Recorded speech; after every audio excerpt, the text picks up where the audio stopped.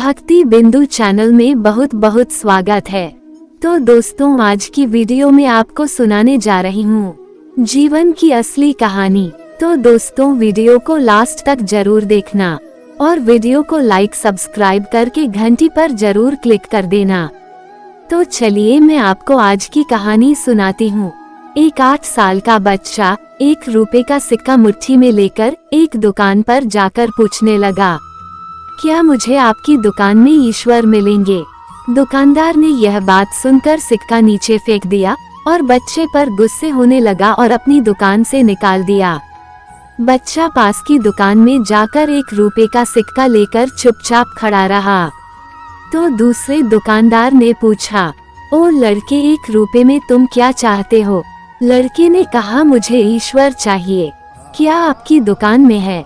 दूसरे दुकानदार ने भी भगा दिया, लेकिन उस अबोध बालक ने हार नहीं मानी। एक दुकान से दूसरी दुकान, दूसरी से तीसरी, ऐसा करते करते कुल 40 दुकानों के चक्कर काटने के बाद एक बूढ़े दुकानदार के पास पहुंचा। उस बूढ़े दुकानदार ने पूछा, बेटा क्या चाहिए तुम्हें? तो लड़के ने कहा, मुझे ईश्वर चाहिए। बूढ़े दुकानदार ने कहा, तुम ईश्वर को क्यों खरीदना चाहते हो? क्या करोगे ईश्वर को लेकर? पहली बार एक दुकानदार के मुंह से यह प्रश्न सुनकर बच्चे के चेहरे पर आशा की किरणें लहराने लगता है, इसी दुकान पर ही ईश्वर मिलेंगे। बच्चे ने बड़े उत्साह से उत्तर दिया, इस दुनिया में मेरी माँ के अलावा और कोई नहीं है। मेरी माँ दिन भर काम करके मेरे लिए खाना लाती है। मेरी माँ अब अस्पताल में है, वो बहुत बीमार है। अगर मेरी माँ मर गई तो मुझे कौन खिलाएगा?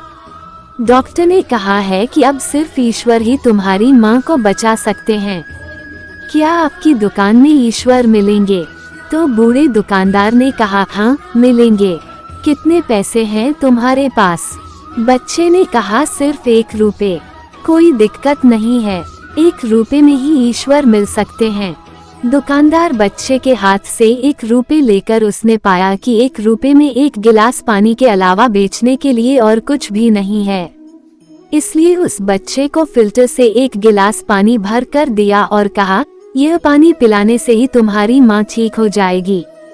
अगले दिन कुछ मेडिकल स्पेशलिस्ट उस अस्पताल में गए। बच्चे की माँ का ऑपरेशन हुआ और बहुत जल्दी ही वह स्वस्थ हो गई। डिस्चार्ज के कागज पर अस्पताल का बिल देखकर उस महिला के होश उड़ गए। डॉक्टर ने उन्हें आश्वासन देकर कहा, टेंशन की कोई बात नहीं है। एक वृद्ध सज्जन ने आपके सारे बिल चुका दिए हैं, साथ में एक चिट्ठी भी दी है। महिला चिट्ठी खोलकर पढ़ने लगी। उसमें लिखा था, मुझे धन्यवाद देने की कोई आवश्यकता नहीं है, आपको तो स्वयं ईश्वर ने ही बचाया है। मैं तो सिर्फ एक जरिया हूँ। यदि आप धन्यवाद देना ही चाहती हैं तो अपने अबोध बच्चे को दीजिए, जो सिर्फ 1 रुपए लेकर ना समझों की तरह ईश्वर को ढूंढने निकल पड़ा। उसके मन में ये दृढ़ विश्वास था कि एकमात्र ईश्वर ही आपको बचा सकते हैं। विश्वास इसी को ही कहते हैं। ईश्वर को ढूंढने के लिए करोड़ों रुपए दान करने की जरूरत नहीं होती। यदि मन में अटूट विश्वास हो तो वे 1 रुपए में भी मिल सकते हैं। भगवान सिर्फ सच्ची श्रद्धा और विश्वास के भूखे हैं, कोई पैसों और झूठे दिखावे के नहीं।